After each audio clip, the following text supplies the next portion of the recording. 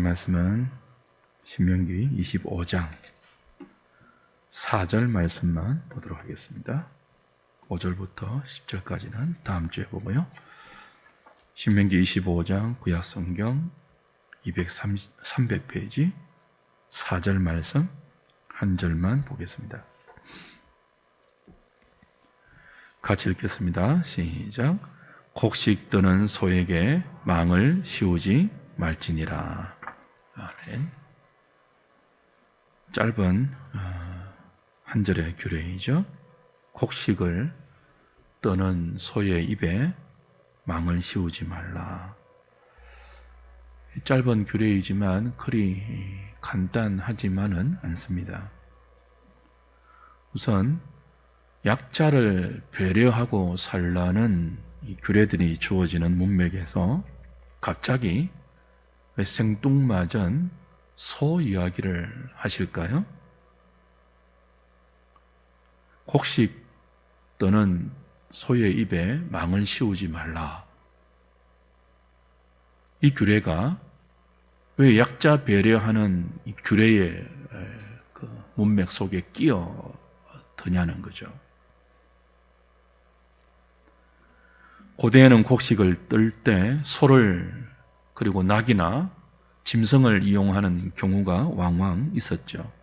그 가축들을 이용해서 타작 기계를 끌거나 혹은 돌려서 곡식을 떨었습니다.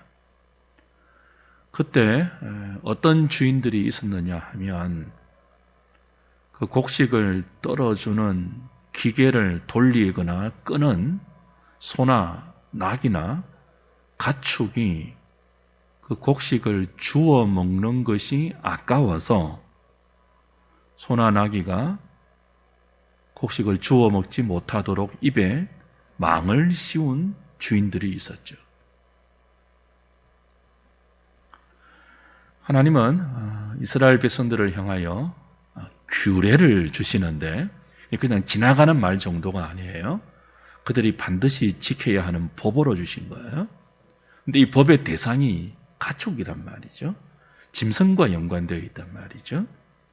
너희들은 나의 백성들인데 나의 백성들이 나의 성품을 반영하고 너희들의 일상 가운데 너희들이 믿고 사랑하고 섬기는 여호와 하나님이 어떤 분인지를 서로에게 그리고 너희들이 살아가는 모든 삶의 주변에 나타내고 흘려보내야 하는데 그 대상이 소라 할지라도 너희들이 필요해서 곡식을 뜰 때 그 소를 이용한다면 그 소가 곡식 떨면서 주워 먹는 그 곡식을 아까워하지 말고 먹여라 하는 것입니다.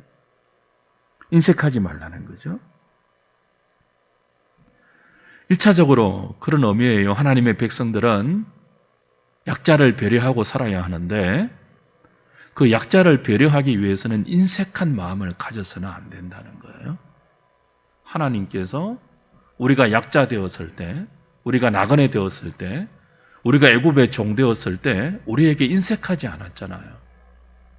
우리에게 인색하셨더라면 어떻게 이스라엘이 출애굽을 할 수가 있었겠습니까? 어떻게 광야 생활 내내 먹고 입고 살아갈 수 있었겠습니까? 하나님께서 그들에게 인색하지 않았기 때문에 그들도 다른 사람을 대하거나 자기 주변의 모든 일들을 처리할 때 인색해서는 안 된다는 거죠. 하나님의 긍휼을 입고 하나님의 은혜 가운데 사는 주의 백성들이 자신이 필요해서 누군가에게 일을 시키는데 그에 합당한 대가를 지불하지 않는 것은 상상할 수 없는 일이라 하는 거죠. 심지어 가축이라 할지라도 말이에요. 사람이 아니고 소인 경우에도 자기가 필요해서 곡식을 떠는 일에 소에게 일을 시키잖아요. 그러면 그 합당한 일의 대가로 곡식을 뜰 때 소가 그 곡식을 주워 먹는 정도는 넉넉히 보장하라는 거예요. 그 아까워하지 말라는 거죠. 소라도 그 소에게 주는 음식을 아끼지 말아야 한다면 사람이라면 오죽하겠습니까? 사람이라면. 앞서 지난주에 우리는 25장 1절부터 3절까지 공정한 재판에 관하여서 이야기하면서 재판을 통하여 범죄자로 판결이 된 경우라도 그 범죄자의 인권을 배려하셔서 40대까지만 때리게 하신 하나님의 자비를 보았습니다. 범죄자인 경우에도 자비를 베푸신 하나님이에요. 그 자신이 필요해서 소에게 일을 시킨다면 당연히 그 자비로운 하나님을 믿는 주의 백성의 자비로운 태도가 나타나고 드러나야 한다는 것입니다. 소의 입장이 되어 보십시오. 열심히 일을 하고 있습니다. 일을 하는데 곡식이 자꾸 자기 입 앞에 떨어져요. 먹을 것이잖아요. 그런데 주인이, 악덕 주인이 그것을 먹지 못하도록 입에 망을 씌우고 죽도록 일만 시키는 거예요. 그 얼마나 힘들겠습니까? 그런데도 왜 망을 씌운다고요? 아까운 거죠. 그걸 먹는 게 아까운 거예요. 곡식 떠는 소의 입에 망을 씌우는 사람은 지금 이 곡식을 누가 주며 곡식을 떨고 있는 자신의 생명을 누가 유지해 주고 있는지를 잊어버리고 있죠. 자기 곡식 떠는 소가 곡식을 주워 먹는 것만큼 손해본다고 생각을 하는 거예요. 그것만큼 자신이 먹을 것을 뺏긴다고 생각을 하는 거예요. 어떤 믿음이 없는 거죠? 내가 필요해서 일을 시키는 소에게 합당한 곡식을 먹이는 것만큼 하나님께서 나에게도 나의 필요를 채우신다는 이 기본적인 믿음이 없는 거죠. 이런 사람은 사실 하나님의 백성이 아니에요. 하나님의 백성, 하나님의 은혜와 하나님의 자비와 하나님의 긍휼하심을 매일 입으면서 살아가는 주의 백성들의 마음이 이럴 수는 없는 거죠. 욥기 38장 41절을 보면 이런 말이 있어요. 까마귀 새끼가 먹을 것이 없어서 깍깍 거릴 때 그것을 생각하는 사람이 누가 있느냐라고 했습니다. 여기에 대해서 시편 147편은 이렇게 답을 해요. 시편 147편 한번 보겠습니다. 시편 147편 7절부터 보십시오.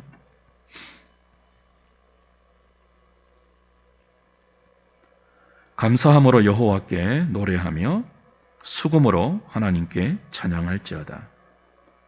그가 구름으로 하늘을 덮으시며 땅을 위하여 비를 준비하시며 산에 풀이 자라게 하시며 들짐승과 우는 까마귀 새끼에게 먹을 것을 주시는도다. 자, 하나님의 백성들의 감사의 내용이죠. 찬양의 내용이에요.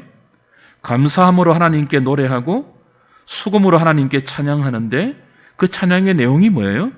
하나님께서 구름으로 하늘을 덮으시며 땅을 위하여 비를 준비하시며 산에 풀이 자라게 하시며 들짐승과 우는 까마귀 새끼에게 먹을 것을 주신대요. 이 사실을 믿기에 하나님을 찬양하는 거죠.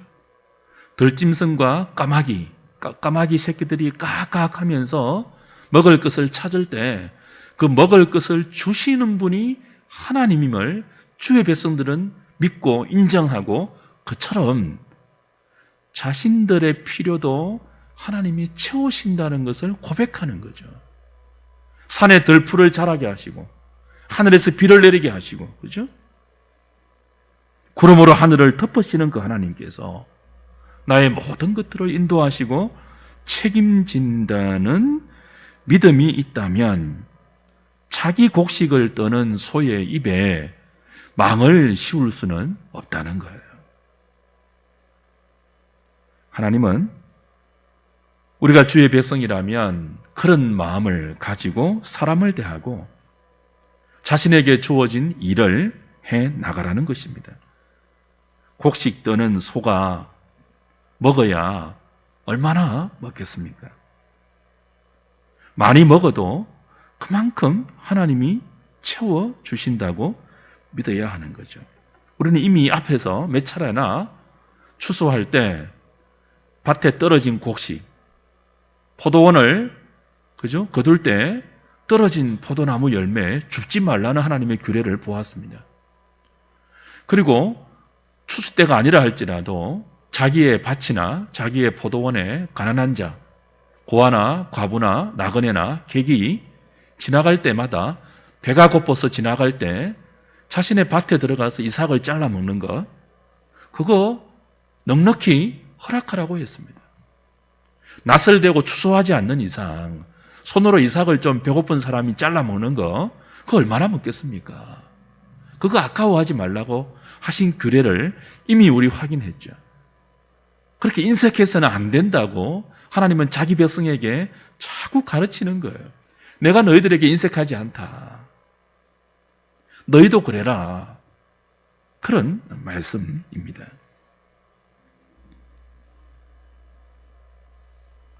만약 하나님의 백성임에도 불구하고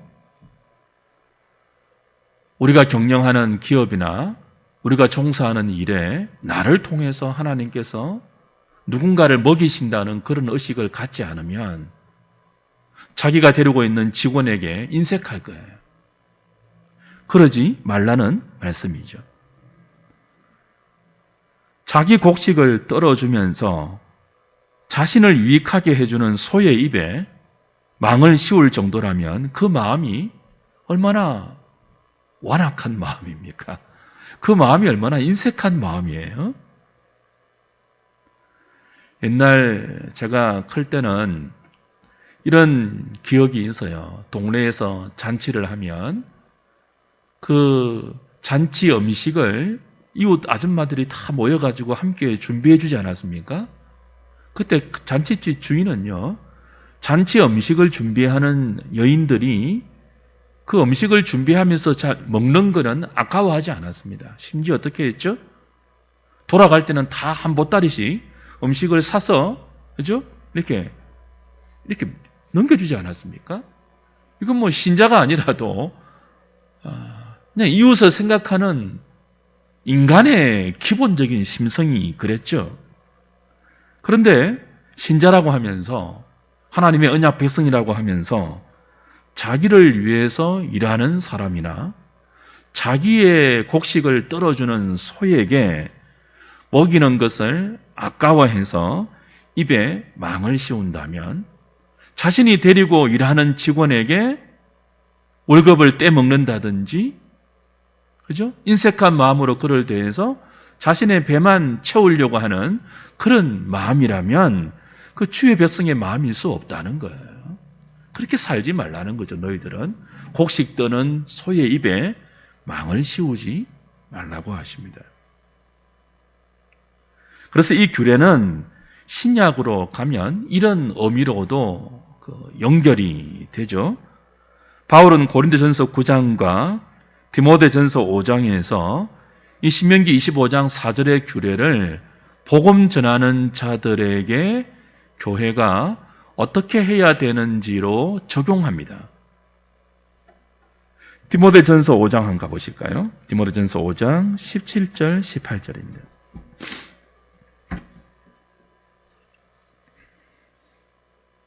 디모데전서 5장 17절 18절.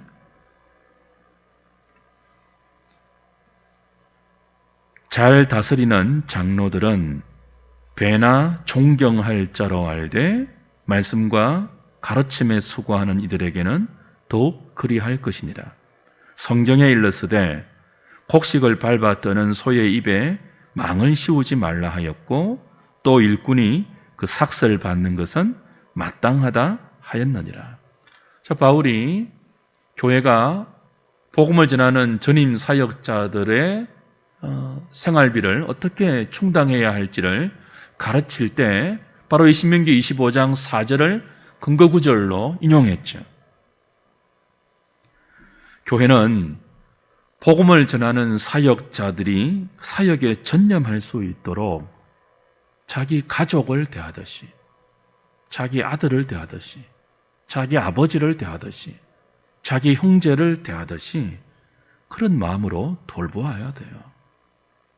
그래서 생활비를 충당하는 것이 마땅하다, 그렇게 이야기하죠. 사역자들은 어떻게 해야 될까요? 교회 형편을 생각하면서 그런 교회의 믿음의 공급을 감사하게 생각하면서 자신에게 주어진 복음을 전하는 일에 전념해야죠. 그게 정상적인 교회의 모습이에요. 그 공동체 안에 그리스도의 복음이 바르게 가르쳐지고 그 복음으로 살아가는 주의 백성들이 하나님의 은혜를 깨닫고 있다면 당연히 그래야 되죠. 그런데 하나님의 은혜가 교회 가운데 없으면요, 그 공동체에 주의 진리가 이끌어가는 그런 모습이 없으면요, 정반대의 모습이 나타나요. 교회는 될 수 있으면 적게 해주려고 인색한 마음을 품고, 사역자는 당연히 받되 더 많이 받으려고 하는 완악한 마음이 서로 부딪히면서 갈등이 일어나죠. 이건 교회가 아니에요. 기업도 저질스러운 기업이죠. 저와 여러분은 그렇지 않도록 은혜를 구해야 됩니다. 얼마나 추잡해요, 교회가. 그게 무슨 교회입니까? 그게 무슨 목사하고 장로고 집사들이에요. 복음이 있다면 못 그렇게 한단 말이죠. 한편 이 규례는 복음 사역자만이 아니고 주의 백성 전부에게 확대 적용할 수 있습니다.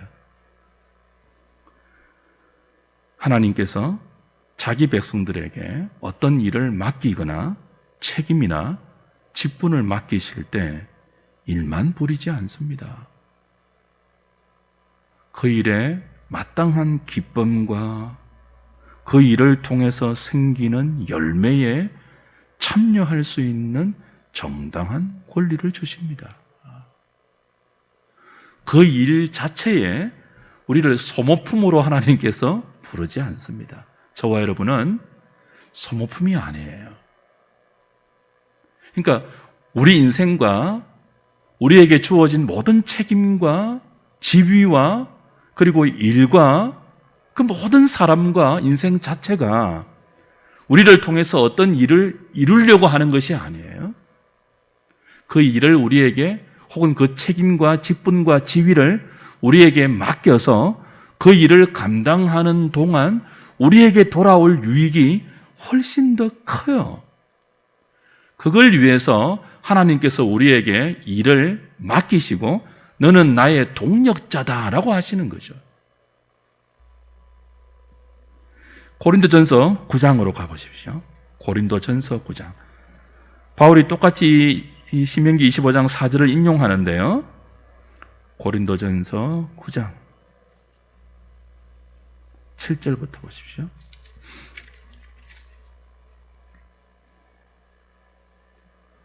(7절부터) 12절까지 보겠습니다. 누가 자기 비용으로 군 복무를 하겠느냐? 누가 포도를 심고 그 열매를 먹지 않겠느냐? 누가 양떼를 기르고 그 양떼의 젖을 먹지 않겠느냐? 누가 사람의 예대로 이것을 말하느냐? 율법도 이것을 말하지 아니하느냐? 모세의 율법에 곡식을 밟아 떠는 소에게 망을 씌우지 말라 기록하였으니 하나님께서 어찌 소들을 위하여 염려하심이냐? 오로지 우리를 위하여 말씀하심이 아니냐? 과연 우리를 위하여 기록된 것이니 밭가는 자는 소망을 가지고 갈며 곡식 떠는 자는 함께 얻을 소망을 가지고 떠는 것이라. 우리가 너희에게 신령한 것을 뿌렸은즉 너희의 육적인 것을 거두기로 과하다 하겠느냐? 다른 이들도 너희에게 이런 권리를 가졌거든 하물며 우리일까 보냐. 그러나 우리가 이 권리를 쓰지 아니하고 범사에 참는 것은 그리스도의 복음에 아무 장애가 없게 하려 함이니라. 그렇죠? 바울이 복음 전하는 자신과 자신의 일행이 마땅히 고린도 교회로부터 생활비와 그에 따른 경비를 받을 권리가 있지만 복음에 장애가 없도록 그 권리를 사용하지 않는 자신의 입장을 변호하면서 신명기 25장 4절을 근거 구절로 내세우고 있죠. 소위 입에 망을 씌우지 말라는 이 규례를 적극적으로 인용하고 있습니다. 그런데 이 말씀을, 이 바울의 말을 자세히 살펴보면요, 이 규례가, 일하는 소의 입에 망을 씌우지 말라는 이 규례가 단순히 일하는 자에게 마땅히 먹을 것을 주라, 교회가 복음 전하는 자에게 마땅히 생활비를 주라, 그 정도의 규례가 아니고 하나님께서 우리를 수단과 방법으로 부르시지 않았다.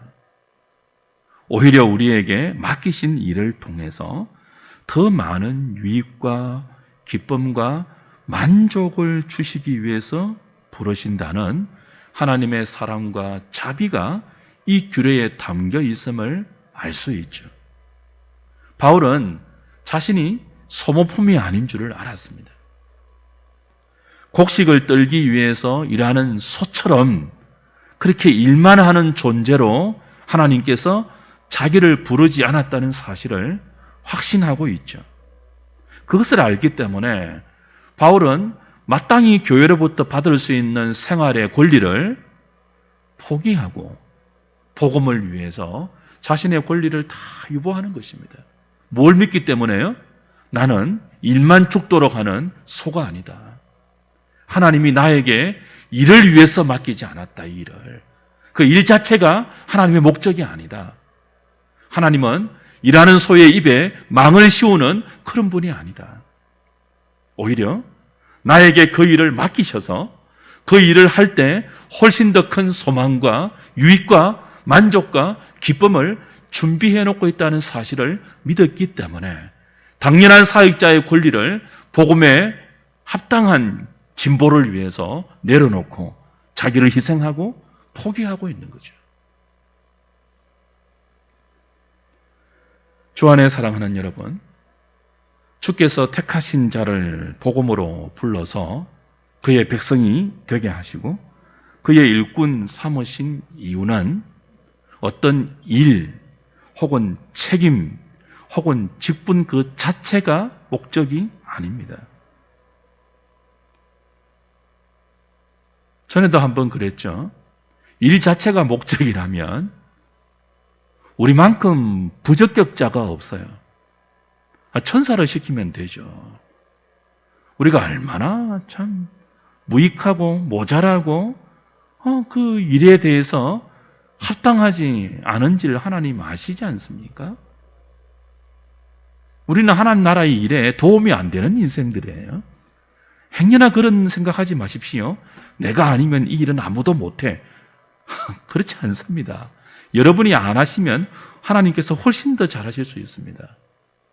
근데 우리가 하면 일을 망치거나 일이 훨씬 더 지장을 받거나 일이 훨씬 더 꼬이거나 시간이 많이 걸리는 것을 알면서도 무지하고 미련하고 어리석은 우리를 이 일에 동원하고 책임을 지우고 직분을 맡기셔서 일을 하게 하시는 것은 그 일 자체가 목적이 아니라 그 일을 하면서 하나님께서 우리에게 주실 큰 열매, 큰 유익, 큰 기쁨, 큰 만족을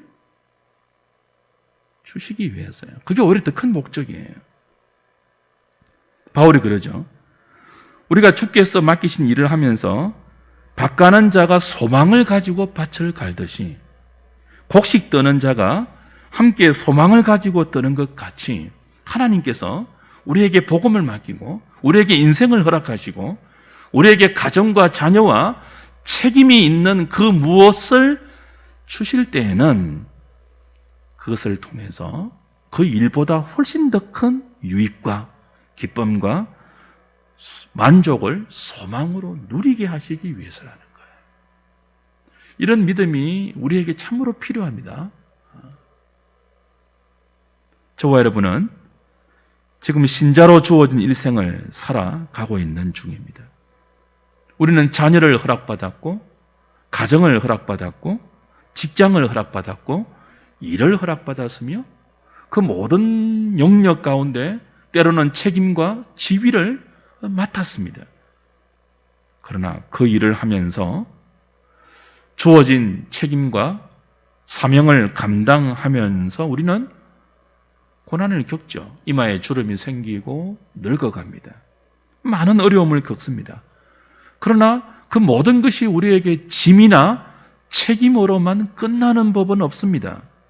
그 일을 하고 가장의 책임을 감당하고 엄마 아빠의 그 포지션을 감당하고 교회에서 직분자의 직분을 감당하면서 그 한 인생이라는 인생을 책임 있게 살아가면서 우리도 모르는 사이 순간순간 하나님의 공급하심과 하나님의 책임지심과 하나님의 힘주심을 맛보고 하나님의 분복을 소망하는 큰 유익을 누리게 됩니다.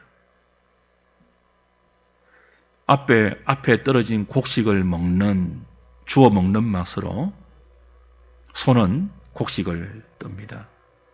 그 곡식을 뜨는 맷돌을 그 맛으로 소는 돌립니다. 우리 인생도 그래요.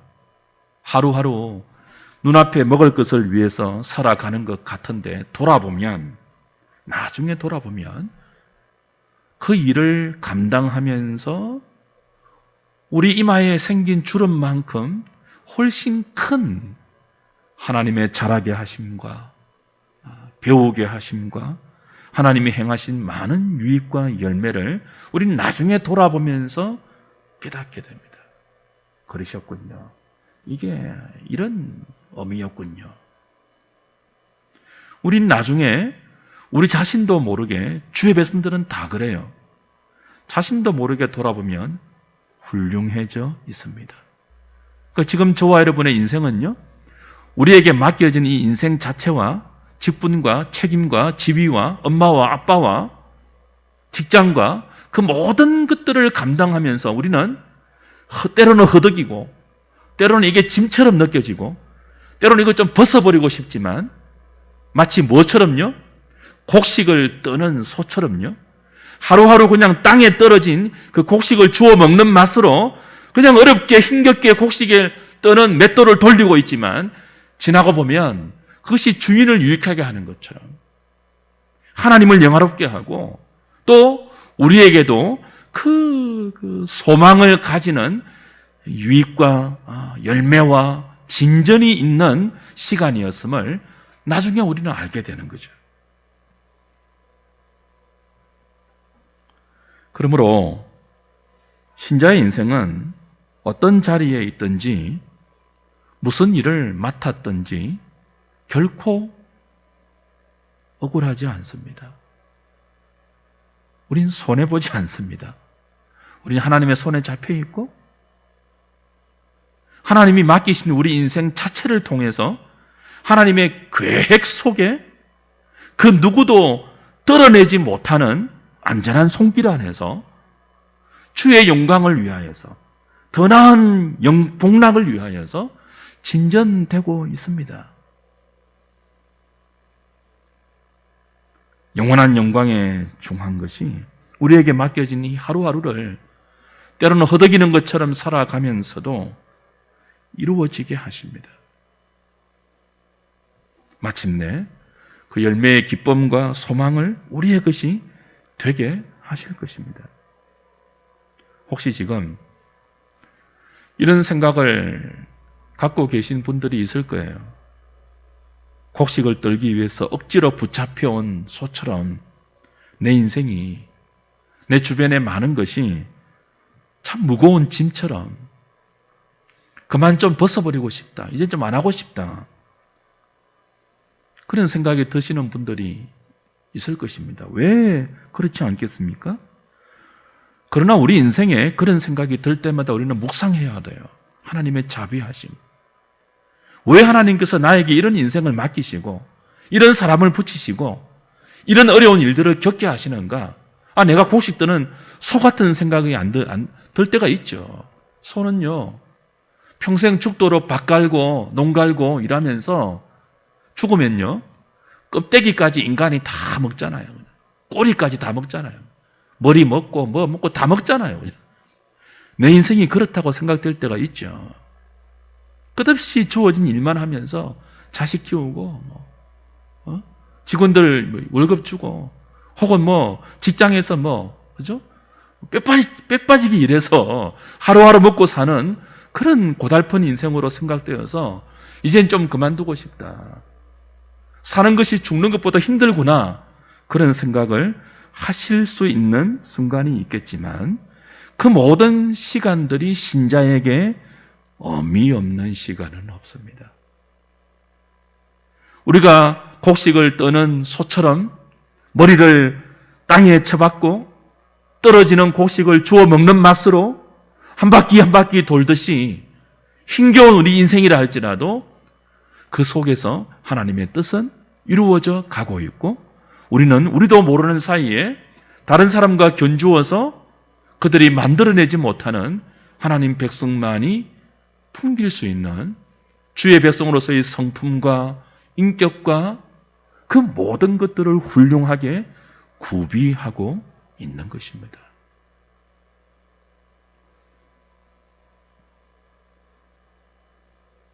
오늘 이 본문을 조금 다른 각도로 하나님의 입장에서 한번 돌아보십시오. 우리가 곡식 떠는 소이고요. 하나님이 이 곡식의 주인이라고 생각을 해보십시오. 하나님이 우리를 어떻게 대하시겠습니까? 그냥 곡식을 떠는 그 목적으로만 우리를 데리고 와서 소처럼 부리실까요? 저는 하나님이 그런 분이라면 안 믿겠습니다. 내가 일생을 하나님께서 너 이거 해, 소처럼 부림만 당하고 그걸 위해 내 인생이 존재한다면, 그러나 그런 하나님이 아니라고 우리는 성경에서 배우잖아요.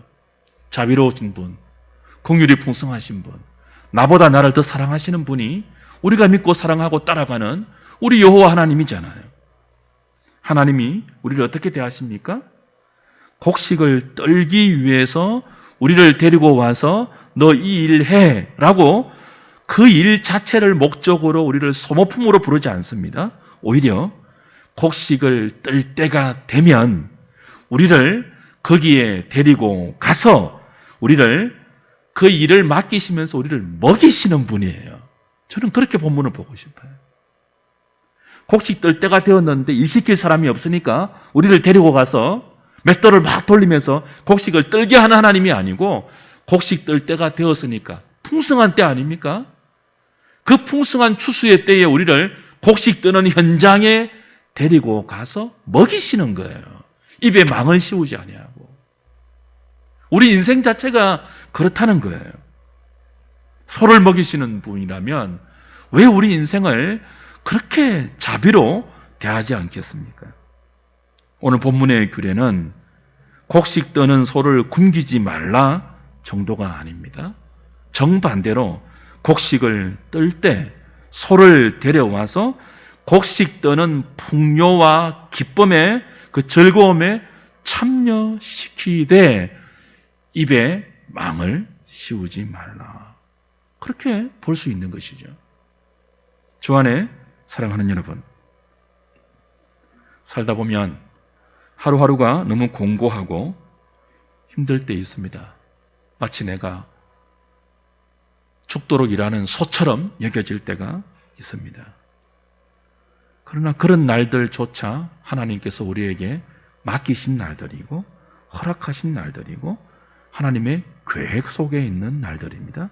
잊지 마십시오. 우리는 곡식을 떨기 위해서 데려다 놓은 소 같은 존재가 아닙니다. 오히려 그 자리에 부름을 받아 곡식을 먹을 수 있고 곡식 떠는 주인의 기쁨과 즐거움에 참여하는 복받은 존재임을 잊지 말아야 합니다. 그런 하나님의 마음으로 오늘 우리가 느낄 수 있는 모든 억울한 생각과 공고한 마음들을 위로받으시고 하나님의 자비와 긍휼을 의지하여 그의 은혜를 소망할 수 있기를 바랍니다. 주께서 저와 여러분들이 일어날 수 있는 힘을 주시고 이 코로나의 엄중한 시기 속에서도 그때그때 참된 필요를 반드시 채우실 것입니다. 찬양하고 기도하겠습니다.